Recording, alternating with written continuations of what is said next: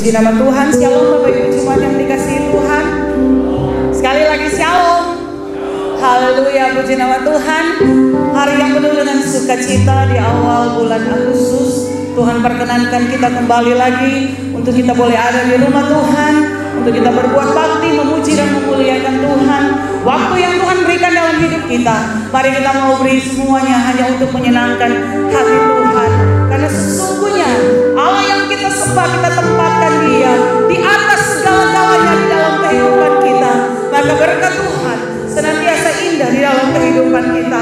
Jemaat yang diberkati Tuhan, siapkan hatimu di pagi hari ini. Kita mau sembah agungkan Tuhan, beri yang terbaik bagi Tuhan. Dia Tuhan yang sudah menyelamatkan saya dan saudara, salibnya menebus kita, salibnya menyembuhkan kita dari sakit kita. Itulah sebabnya kita bersyukur oleh karena Tuhan baik dalam hidup kita. Terima kasih Tuhan Yesus, terima kasih. Dengan penuh iman jemaat Tuhan, sama-sama kita mau katakan,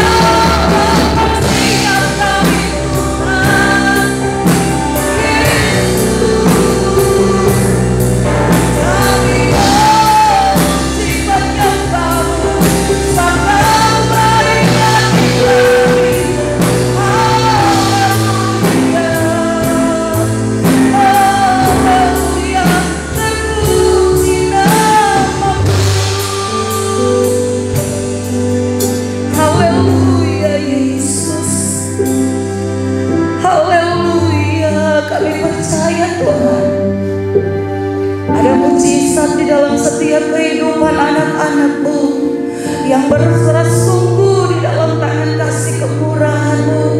Mujizat-Mu dari dahulu sekarang sampai selama-lamanya itu tetap menjadi bagian dalam hidup anak-anak Tuhan yang mengandalkan Tuhan di dalam segala hal. Kami aminkan Tuhan, Engkau menyertai kehidupan kami, Engkau ada bersama dengan kami. Terima kasih. Aku percaya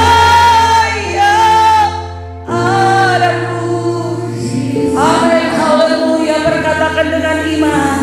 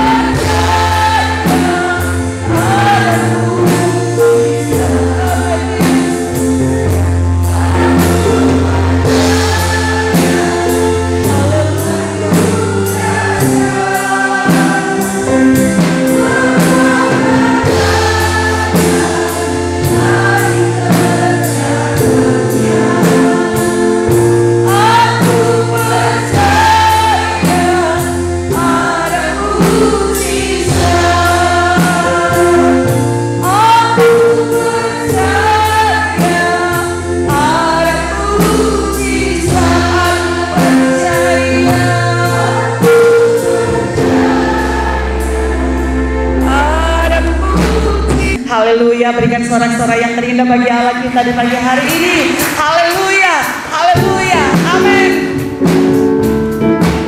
Kita mau berdiam di dalam hadirat Tuhan, menikmati berkat dan anugerah Tuhan. Amin.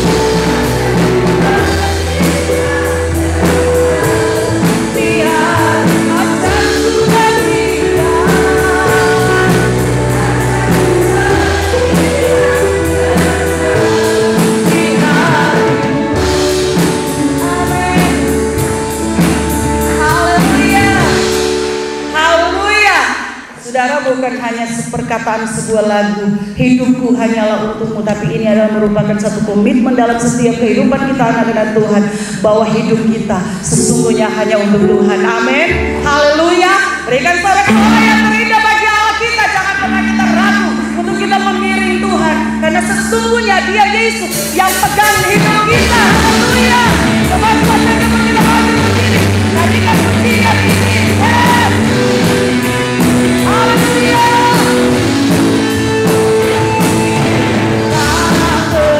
Tak berlaku akan kesetiaanku.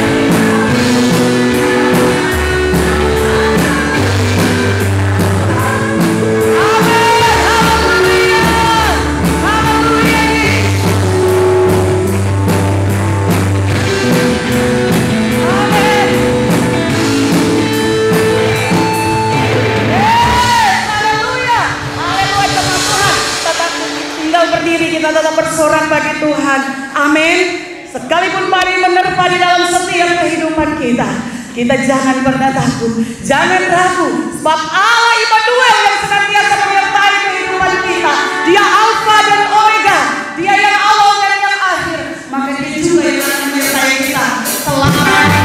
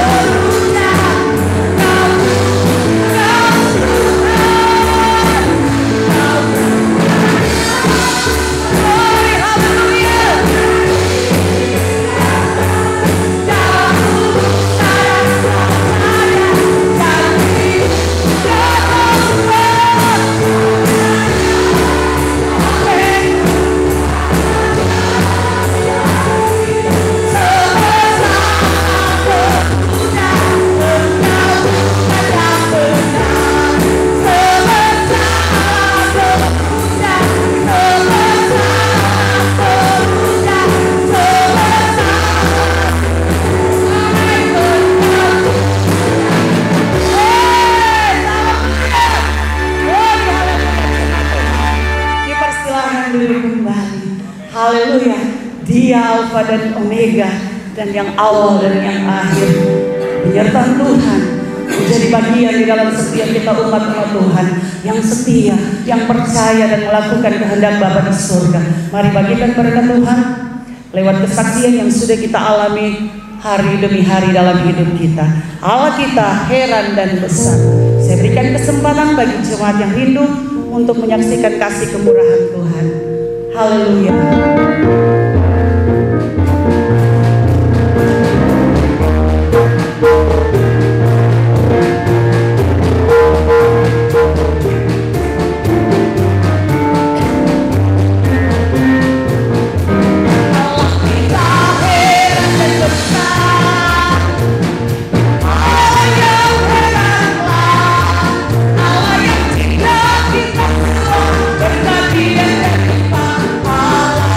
Yang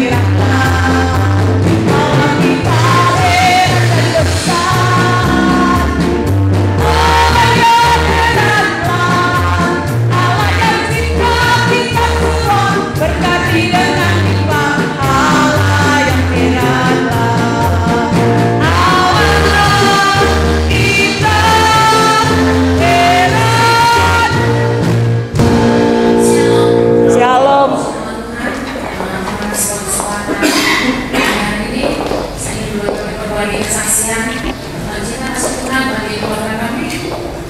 Pertama-tama saya mengucapkan terima kasih kepada Gembala tempat ini dan seluruh jemaat yang sudah mendukung dengan doa pertolongan kami yang ada di Bumi. Pertama-tama saya juga bisa kasih penggunaan kami masih 7 tahun. Dia mengalami radang tenggorokan, tiba-tiba malamnya dia stres dan tidak sadarkan diri sampai 3 hari. Malam pertama kami sudah menunggu bahwa dia ini bisa sadar, tapi nggak sadar. Besok pagi pikirnya udah besok pagi nggak sadar, tapi belum sadar juga. Akhirnya nelfon om kita video call sama saya punya ponakan om. Oh iya, om posisi lagi menit tapi disitu om bantu ponakan kami berdoa. Kami menunggu lagi sampai sore dia mau bangun. Kami sekeluarga putuskan untuk membawanya ke Lombok. Dalam perjalanan ke Lombok itu kita tahu banyak rintangan, maksudnya kita takut tidak sadar tiba-tiba di tengah jalan kita jatuh, ya tiba-tiba terjatuh lagi ataupun hal-hal yang tidak kita inginkan, kan? Jam 10 malam ambulan itu pun tidak ada dari Lombok, itu tidak ada ambulan. Jadi itu ambulan dari Lombok untuk jemput anak bawa pulang lagi jam 10 malam. Ya udah, kami juga WA om minta tolong dalam doa supaya perjalanan boleh lancar. Cuma saya bisa kali percaya Tuhan tidak pernah tinggalkan kamu. Tuhan ada buat kamu, Tuhan ada buat Esra. Esra pasti sembuh, Esra pasti kamu. Ketika karena hal yang tidak inginkan terjadi lagi di perjalanan baru perjalanan setengah jam, orang kami kejam-kejam lagi, mamanya mati. Ya ada sesuatu yang diikuti, tapi yang puji Tuhan buatkan mamanya bahwa Tuhan tidak tinggalkan kamu. Ini tetap berdoa menyembah Tuhan sampai pagi. Waktu juga ada siang, karena saya tahu perjalanan sana tuh jauh. Tuhan masih ada 12 jam. Ini anak kerja lagi gitu kan. Tapi percaya Tuhan tidak tinggalkan kamu. Berdoa menyembah. Pasti kita lihat mujizat Tuhan terjadi bagi kamu. Puji nama Tuhan. Tiba sudah 13 jam ya karena naik ambulan, lari kencang dan lain-lain.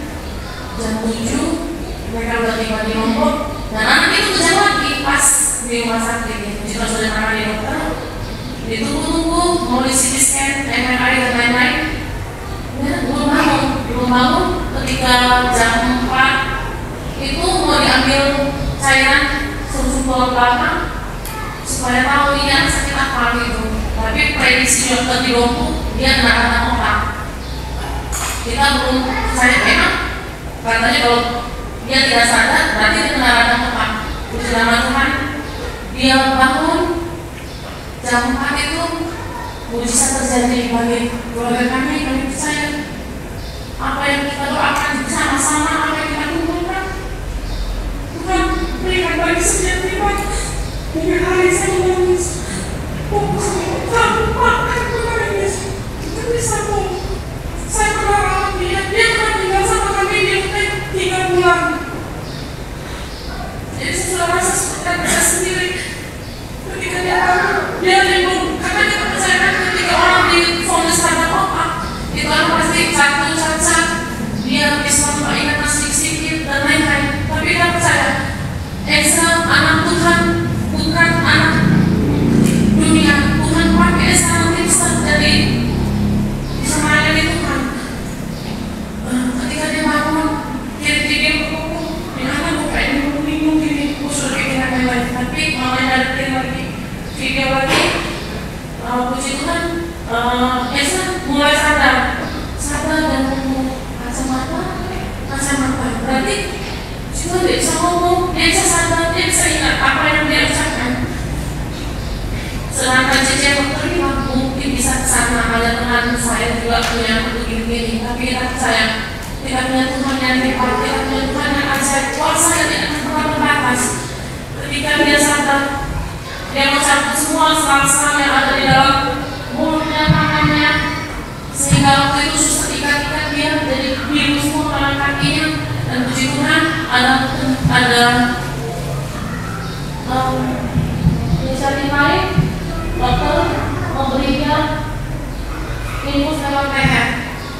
Ya sekarang kita masih tetap bertemu walaupun dia sudah sadar. Dokter bilang kita 2 minggu ke depan kita injeksi antibiotik buat dia. Ya kita tetap berdoa minta kemurahan Tuhan supaya semuanya berjalan dengan baik. Saya sehat kembali, saya bisa sekolah. Paginya susah sikatnya jadi bang. Jadi aku nggak sekolah, jadi nggak sekolah berarti memorinya tidak hilang satupun. Jangan Tuhan, itu semua karena kuasa Tuhan, kemurahan Tuhan. Kalau bukan macam Tuhan tidak tahu apa yang terjadi sama Esther. Dan sekarang dia susah buang air kencing dan rencana mungkin pagi ini atau ibadah dokter bilang kalau masih belum buang air dia akan dipasang kateter. Semua alat di tubuhnya itu banyak ya. Kita orang besar aja takut, apalagi dia kecil ya. Dia puji Tuhan, semoga Tuhan selalu menganugerahkan semua luar biasa. Dan saya percaya bahwa setiap kita tidak pernah kita mari kita tetap setia sama Tuhan karena kita percaya bahwa puji penyembahan kita berdoa beribadah kepada Tuhan. Janji Tuhan tidak pernah tinggalkan setiap kita. Mujizat masih ada dari setiap kita. Sampai hari ini saya juga mengalami mujizat itu. Saya terima kemurahan Tuhan bagi keluarga kami sungguh nyata dan indah. Kita tetap mengandalkan Tuhan dalam setiap aspek kehidupan kita karena kita percaya bahwa Tuhan turut bekerja dalam segala sesuatu dan akan kebaikan bagi setiap kita yang mengasihi Tuhan. Haleluya, demikian kesaksian saya menjadi berkat bagi kita semua.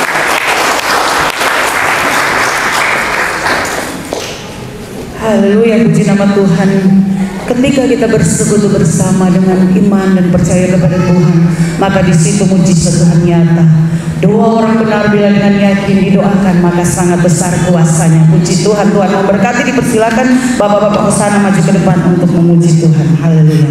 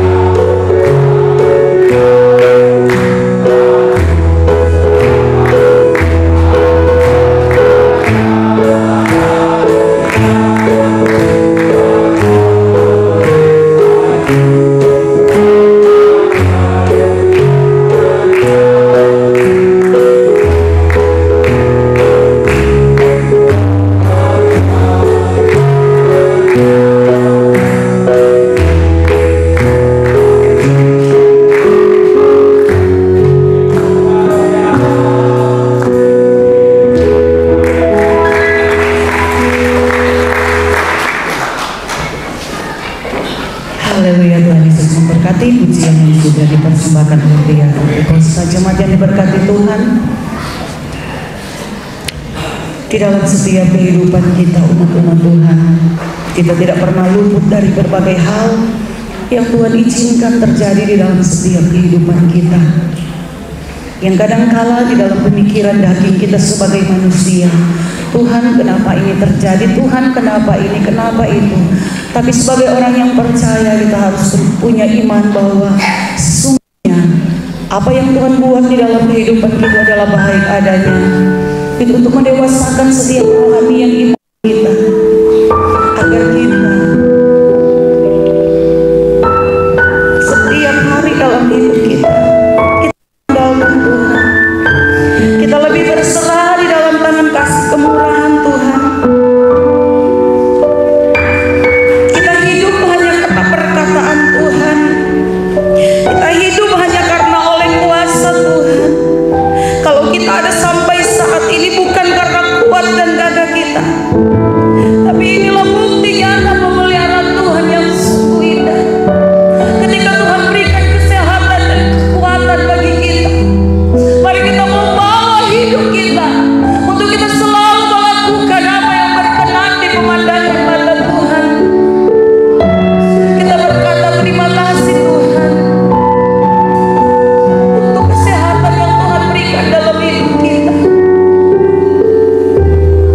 Kita percayakan segenap hidup ini dalam tangan kasih kemurahan Tuhan. Siapkan hatimu untuk firman Tuhan diberitakan. Ku yakin saat Kau berfirman, amin.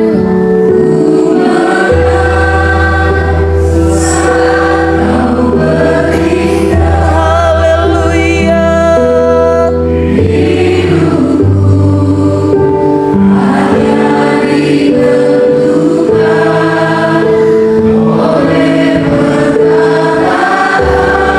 Ku aman karena Kau menjaga jemaat Tuhan. Saya sebut untuk bangkit berdiri. Aman Kau menjaga, ku kuat karena Kau menolong hidupku. Hanya ditentukan oleh kuasa-Mu bagi Tuhan. Kerjaan selanjutnya.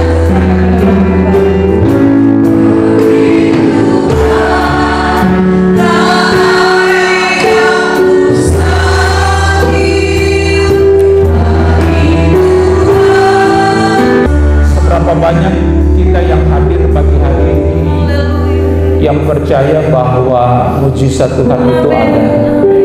Lambaikan tangan saudara bahwa mujizat Tuhan itu ada, dan percayalah mujizat itu sungguh indah dalam kehidupan. Tetaplah di dalam Tuhan, tetaplah andalkan Tuhan, karena bersama Tuhan kita akan menanggung segala berkat. Bagi Tuhan tak ada yang mustahil. Bagi Tuhan tak ada yang tak mungkin. Mujizatnya disediakan bagimu. Bumi angkat dan dipulih, bumi angkat, bumi angkat dan dipulihkan, yang bumi angkat, bumi angkat dan dipulihkannya.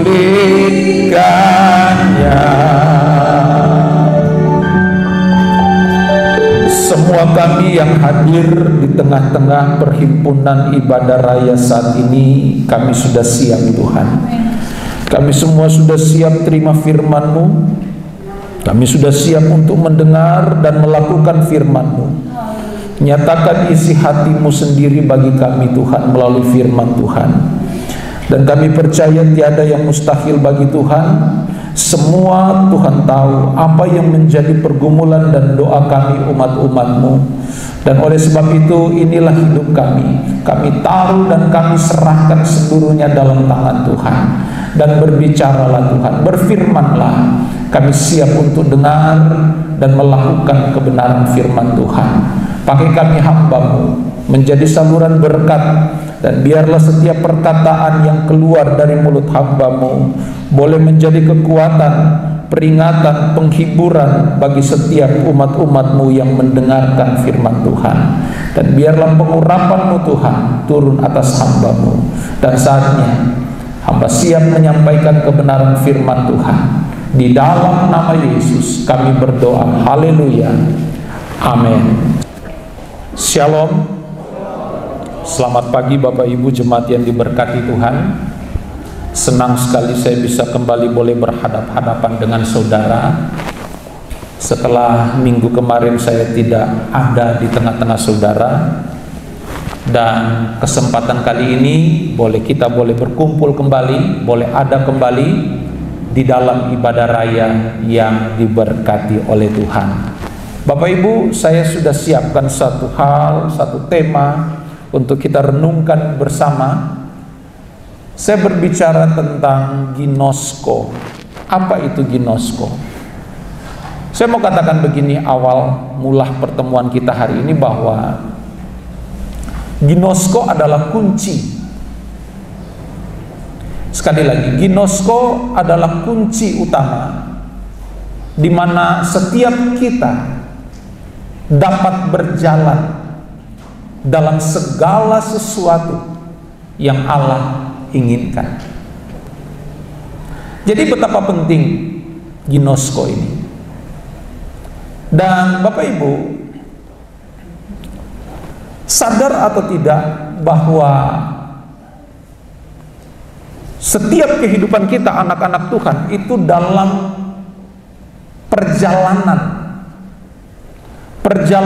yang panjang dalam mencapai apa saja yang Tuhan inginkan dalam setiap kehidupan kita.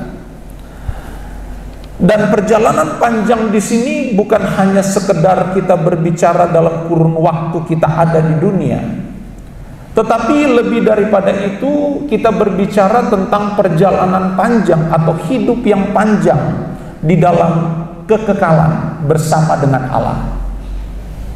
Karena kita harus sadari bahwa tempat kita bukan di dunia ini. Siapa yang setuju dengan saya? Nggak ada yang setuju? Yang setuju beri sorak-sorai bagi Tuhan. Tempat kita bukanlah di dunia ini. Seperti Yesus katakan, aku bukan dari dunia. Maka setiap pengikut-pengikut Kristus pun harus menyadari ini, bahwa kita bukan dari dunia. Boleh katakan amin? Nah, sadari hal ini Bapak Ibu. Kita harus sadar dan tahu di mana tempat kita. Dan tempat kita tentu kita sepakat tempat kita nanti akan berakhir di dalam surga. Bersama dengan Kristus, bersama kemuliaan Allah, para malaikat dan para semua orang kudus yang ada di dalam kerajaan surga. Sebab memang kehidupan kita berasal dari sana. Karena Allah ketika menciptakan manusia, untuk yang pertama kali tujuan Allah adalah manusia menikmati segala kebaikan-kebaikan Tuhan di dalam Taman Eden. Itu tujuan Allah. Allah tidak pernah merancangkan yang jahat dalam hidup kita. Allah tidak pernah merancangkan kecelakaan dalam kehidupan kita. Allah tidak pernah merancangkan kita hidup di dalam maut. Tidak ada. Karena sejatinya Allah menciptakan manusia, Adam dan Hawa, pada mula pertamanya tujuan Allah itu indah, yaitu manusia menikmati segala kebaikan Tuhan di dalam Taman Eden. Tetapi kita tahu bahwa karena dosalah, semua rancangan Allah itu rusak, termasuk gambar diri Allah dalam kehidupan kita. Bapak Ibu jemaat, Semestinya kita harus aware dan sadar bahwa waktu dan kesempatan yang Tuhan berikan dalam kehidupan kita ini singkat, yaitu hanya 70-80 tahun. Kalaupun lebih, itu hanya kemurahan Tuhan. Nah, sadar apa tidak hari ini bahwa kehidupan yang kita kenakan saat ini, tubuh kita ini, jiwa kita ini adalah milik Tuhan sepenuhnya. Siapa yang setuju dengan saya? Ya, tubuh ini, jiwa ini, raga ini adalah milik Tuhan seutuhnya. Dan apa yang saya mau tekankan dan mau ingatkan bagi kita, ingat, kita menikmati hidup ini, kita menikmati segala yang baik ini, semua karena Tuhan. Dan termasuk hidup yang kita kenakan ini adalah milik Tuhan. Kita hanya diberi hak untuk menggunakan hidup ini. Kita nggak diberi hak untuk memiliki hidup ini. Kenapa? Karena sejak matinya Kristus di kayu salib, penebusan itu terjadi. Alkitab katakan kita ditebus menjadi milik kepunyaan Tuhan. Jadi kita nggak ada hak memiliki hidup ini. Kita hanya diberi hak guna.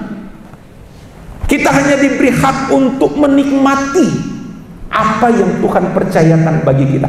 Dan itu pun waktunya terbatas, 70-80 tahun. Itulah hak guna. Itulah hak yang Tuhan berikan dalam hidup kita.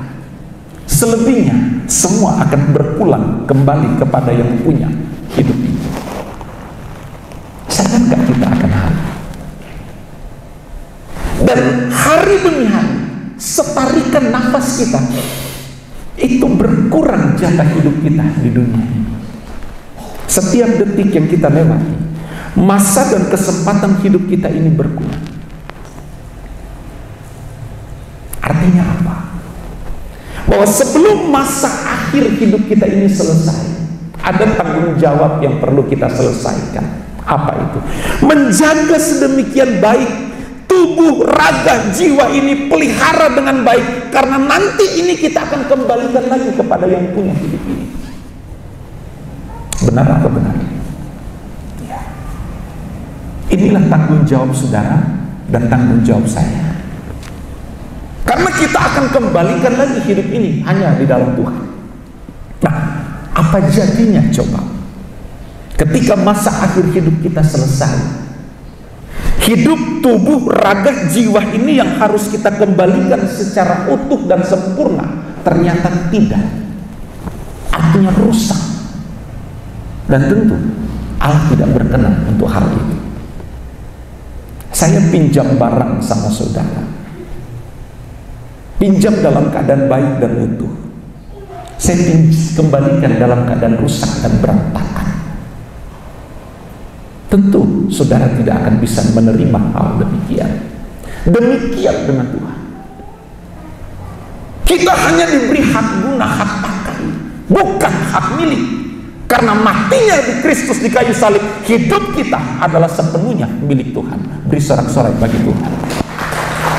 Tanggung jawab penuh kita semua hari ini adalah menjaga, merawat hidup ini untuk kemudian dikembalikan kepada yang punya hidup dalam keadaan yang baik, utuh, dan tidak kekurangan satu apapun, agar supaya Tuhan disenangkan. Maka dari itu, jauhilah segala sesuatu yang berpotensi merusak hidup kita. Jangan kita sengaja bawa hidup kita untuk merusak keadaan kehidupan kita, karena tanggung jawab penuh untuk bawa hidup ini seindah mungkin kita kembalikan kepada yang punya hidup indah, utuh, sempurna, dan tidak bercacat celah. Karena fatal Bapak Ibu jika kita tidak menjaga merawat hidup ini selama kita ada di dunia. Karena Alkitab katakan dalam 1 Korintus pasal 3 ayat 17, jelas Alkitab katakan di sana, jika ada orang yang membinasakan bait Allah, maka Allah akan membinasakan dia. Ini kontan. Jadi Tapi rawatlah hidupmu, rawatlah tubuh kita seindah mungkin, sebaik mungkin untuk kita kembalikan kepada yang punya hidup. Karena Allah tidak kompromi dengan firman-Nya. Allah tidak pernah kompromi dengan ketetapannya. Jika ada orang yang sengaja membinasakan bait Allah, maka Allah sendirilah yang akan membinasakan orang tersebut. Dalam arti begini, kita tahu bahwa hal-hal yang dapat merugikan tubuh kita jika kita tidak menjaga kesehatan, maka kita pasti sakit. Kita pasti akan merugi sendiri. Kita sudah tahu bahwa dilarang untuk ini, dilarang untuk itu, dilarang untuk ini, supaya kita hidup sehat. Tapi kita sengaja melakukannya. Jangan marah kalau tidak ada pertolongan dari Tuhan. Allah tidak pernah kompromi dengan segala kebenarannya. Dia mengasihi kita pasti, tapi dia juga menegakkan kebenaran firman Tuhan untuk ditegakkan selama-lamanya. Siapa yang mau menjaga hidupnya agar supaya ketika waktunya tiba kita dapat kembalikan hidup kita ini seindah mungkin bagi Tuhan, yang mau merawat dan menjaga bersorak-sorai bagi Tuhan. Tugas itu adalah tugas kita, bukan tugas Tuhan.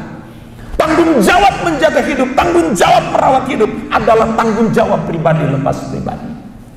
Tidak ada tanggung jawab urusan Tuhan di situ. Tuhan hanya sekedar mengingatkan, memberikan warning, memberikan peringatan, memberikan tanda-tanda atau rambu-rambu agar kita berjalan sesuai dengan kehendaknya. Nah, ginoskolah, salah satu kunci utama agar kita dapat berjalan di dalam apa yang Tuhan inginkan dalam setiap kehidupan kita. Apa itu ginosko? Nah, kita buka kebenaran firman Tuhan. Filipi pasal 3 ayat 10. Filipi pasal 3 ayat 10. Alkitab katakan apa? Yang ku kehendaki ialah mengenal Dia dan kuasa kebangkitannya dan persekutuan di dalam penderitaannya, di mana aku menjadi serupa dengan Dia di dalam kematiannya. Bapak Ibu, Rasul selevel Paulus punya suatu keinginan, punya suatu kerinduan, punya suatu hasrat, yaitu selalu mengenal Dia. Kata mengenal di situ dalam teks asli menggunakan kata ginosko. Kata mengenal di situ adalah tingkat relasi tertinggi seseorang dengan pribadi lain. Bukan hanya sekedar kenal dan tahu secara biasa-biasa. Tapi ketika saudara membaca perjanjian baru, saudara melihat atau menemukan kata mengenal, pada umumnya kata itu menggunakan kata ginosko, yaitu tingkat relasi tertinggi antara pribadi satu dengan pribadi yang lain. Nah, Bapak Ibu, dalam budaya Ibrani atau orang Yahudi, kata ginosko ini ditujukan kepada hubungan intim antara suami istri.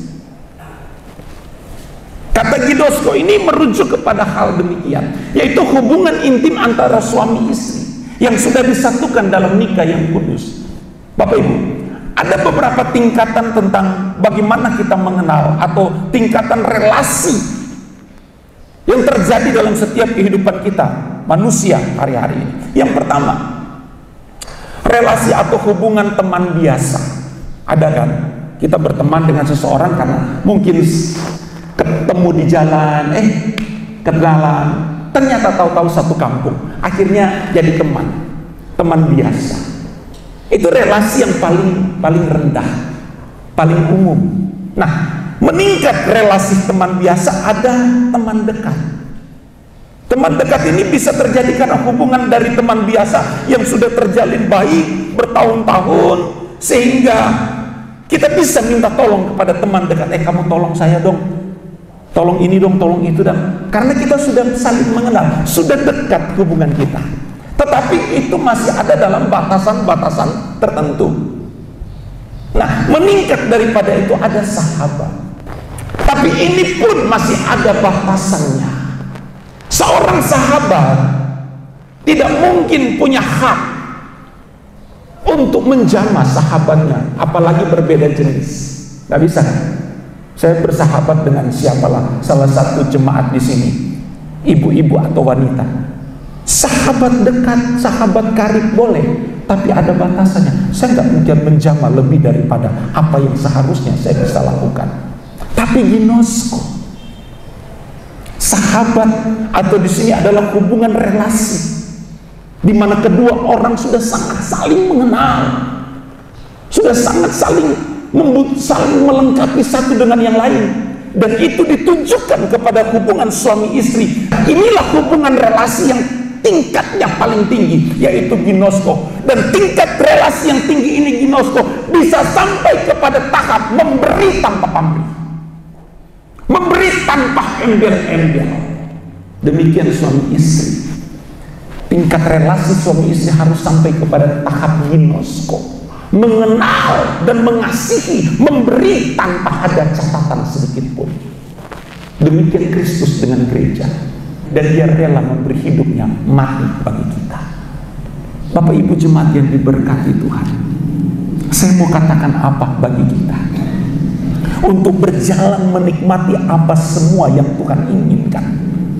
Tingkat pengenalan kita akan Tuhan ini penting dalam kehidupan kita, sangat penting dalam setiap kehidupan kita. Kita harus sadari ini, bahwa tanpa pengenalan yang baik terhadap Tuhan, kita nggak mungkin dapat memberikan all out hidup kita untuk menyenangkan hati Tuhan. Dan untuk mencapai tingkat relasi yang tinggi ini, perlu dan dibutuhkan kesabaran. Kita menjalin hubungan kita dengan Allah hari demi hari, dan bukan hanya sekedar hari Minggu.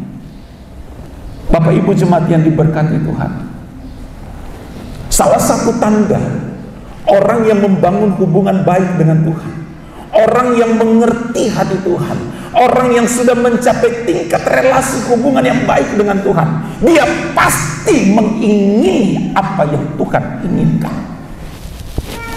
Amin. Pasti. Itu tidak bisa tidak. Dia pasti melakukan apa yang Tuhan inginkan. Walaupun kadang-kadang di sekitar kita nih ada saja orang di sekitar kita yang menjengkelkan. Ada enggak? Ada. Enggak di sini, di luar. Ada saja di sekitar kehidupan kita ini orang-orang yang resek, mengganggu hidup kita. Ada saja. Ada saja orang-orang yang selalu menghalang-halangi niat baik kita, upaya apapun. Ada saja orang yang punya sifatnya seperti itu, menyakiti kita dengan sengaja. Ada saja orang seperti itu, membuli kita. Ada saja. Ada nggak orang seperti itu? Pertanyaan, apakah mereka musuh? Apakah mereka musuh kita? No. Mereka bukan musuh kita. Jadi jangan kita tertipu. Kalau ada orang-orang seperti itu, ada saja hal-hal seperti itu bukanlah satu hal yang perlu untuk kita perhatikan. Dia pun dikasihi Allah, maka tugas kita pun mengasihi orang tersebut. Seresek-reseknya orang-orang yang ada di sekitar kita, dia tetap dikasihi oleh Tuhan. Maka tugas kita pun, kita harus mengasihi dia.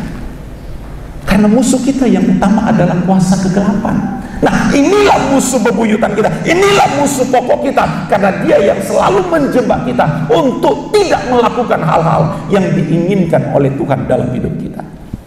Jadi orang yang sudah punya tingkat pengenalan yang baik terhadap Tuhan, dia pasti senang apa yang Tuhan senang, dan dia pasti benci apa yang Tuhan benci.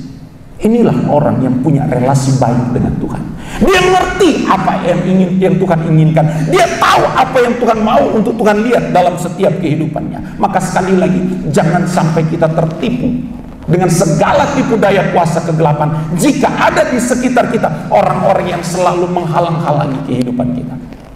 Bapak Ibu, yang perlu kita lakukan adalah mengasihi orangnya dan bencilah kelakuannya. Karena Alkitab ajarkan, kalau saudara lihat dalam Yudas pasal 1 ayat 23, apa yang Alkitab katakan di sana? Yudas 1 ayat 23 jelas mengajarkan kita tentang hal demikian. Selamatkanlah mereka dengan jalan merampas mereka dari api, tapi tunjukkanlah belas kasih yang disertai ketekunan kepada orang-orang lain juga, dan bencilah pakaian mereka. Artinya bencilah perbuatan mereka, tapi orangnya kita tetap mengasihi. Yang setuju katakan amin. Ya, beri sorak-sorai dong bagi Tuhan. Kita tidak kompromi dengan perbuatan-perbuatan mereka, tetapi kasih Allah harus kita tetap curahkan dalam kehidupan mereka, agar supaya dengan demikian mereka juga bisa diselamatkan dalam kasih dan kemurahan Tuhan. Bapak Ibu jemaat yang diberkati Tuhan, sekali lagi saya mau katakan, hari ini mari kita berjuang untuk membangun relasi tingkat tinggi bersama dengan Tuhan. Karena hanya dengan pengenalan kita terhadap Tuhan yang sempurna, yang baik, maka kita pun dapat turut serta berjalan, menikmati, memahami, mengetahui apa saja rahasia dan keinginan Tuhan dalam setiap kehidupan kita.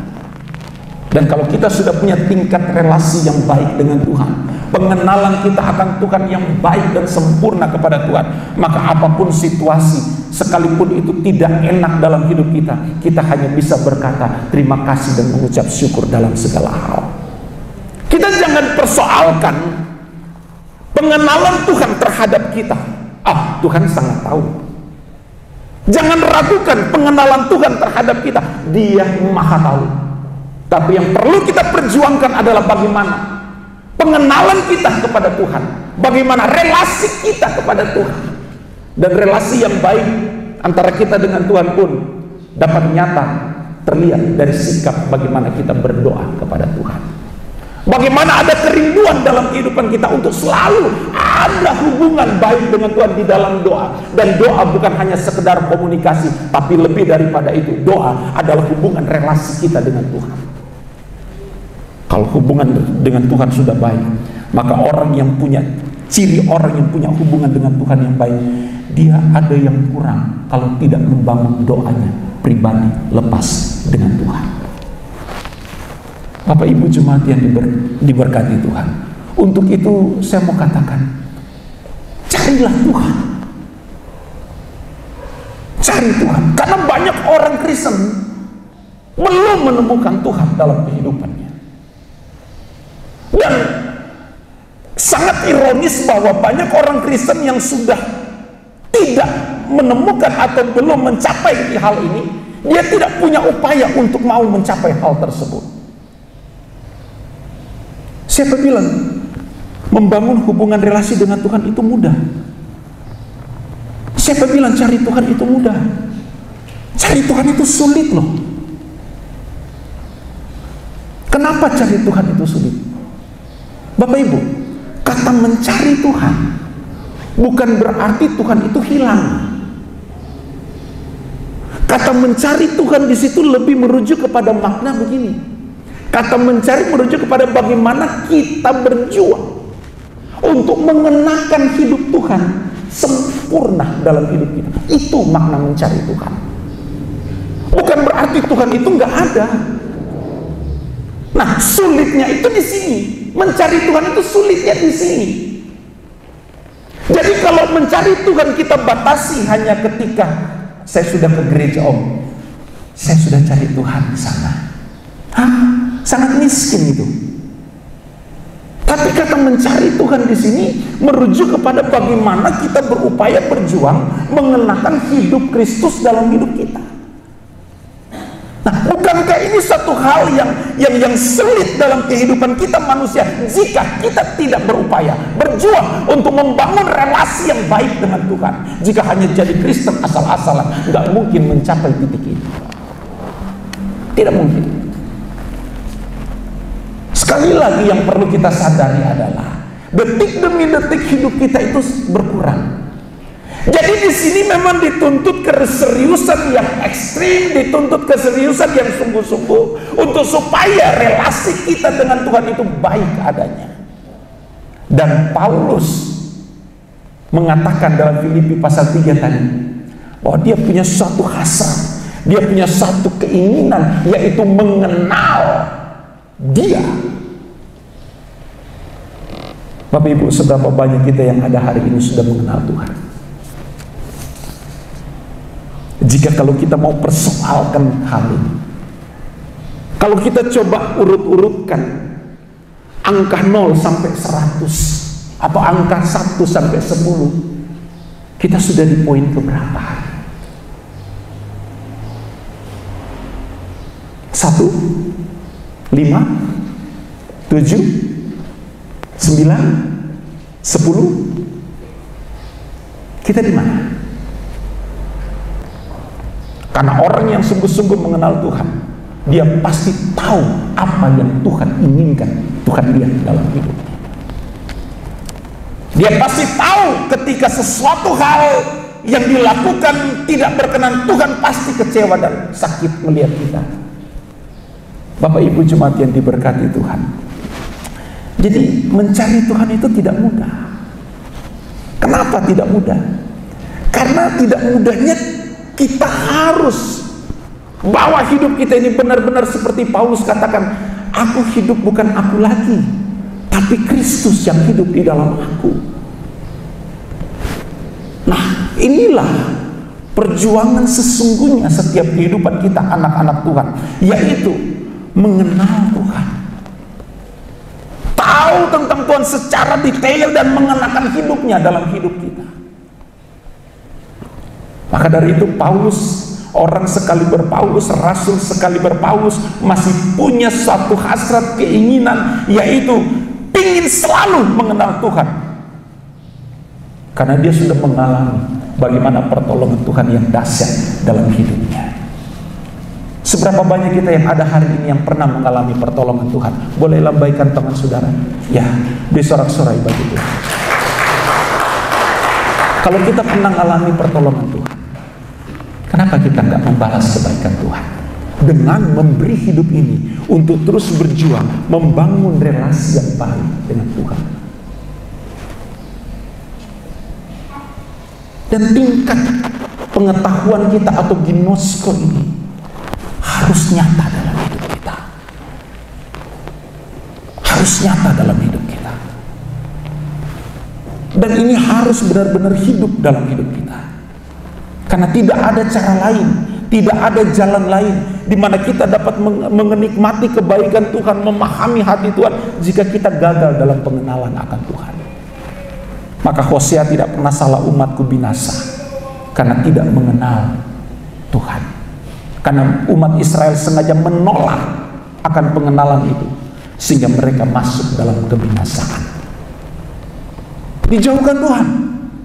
Jangan sampai kita ada yang seperti orang Israel, sengaja menolak hal ini, tidak mau tahu dengan apa yang Tuhan mau inginkan. Kita terbuai dengan segala sesuatu yang selalu menyenangkan, berfokus kepada aku dan aku. Jemaat yang diberkati, hidup kita ini singkat. Dan tadi saya katakan bahwa mengenal Tuhan, mengenal Kristus adalah perjuangan utama kita sebagai pengikut-pengikutnya. Dan itu pula yang diingatkan oleh Yeremia. Yeremia pasal 9 ayat 23 dan ayat 24. Alkitab katakan begini. Beginilah firman Tuhan. Janganlah orang bijaksana bermegah karena kebijaksanaannya. Janganlah orang kuat bermegah karena kekuatannya. Janganlah orang kaya bermegah karena kekayaannya. Tetapi siapa yang mau bermegah, baiklah bermegah karena yang berikut. Ayat 24. Apa yang berikut? Bahwa ia memahami dan mengenal aku, bahwa akulah Tuhan yang menunjukkan kasih setia, keadilan dan kebenaran di bumi. Apa Alkitab katakan? Sungguh Tuhan katakan, semuanya itu kusukai. Jangan kita bangga dengan apa yang kita miliki. Kalau kita kuat, kita sehat, kita harus sadari semua karena anugerah Tuhan. Kita diberi ini, kita diberi itu. Kita dapat ke sana, kita dapat ke sini. Menikmati segala yang baik. Karena saudara juga bekerja keras. Namun sadari bahwa semua itu pun dari Tuhan. Jadi itu bukan hal-hal yang perlu kita banggakan. Yang perlu kita banggakan adalah kita mengenal siapa pemberi berkat. Yang perlu kita banggakan siapa yang menganugerahkan hidup ini. Yang perlu kita banggakan kalau kita ada karena siapa. Nah itu yang Tuhan katakan, Yeremia katakan. Tetapi barang siapa yang mau bermegah,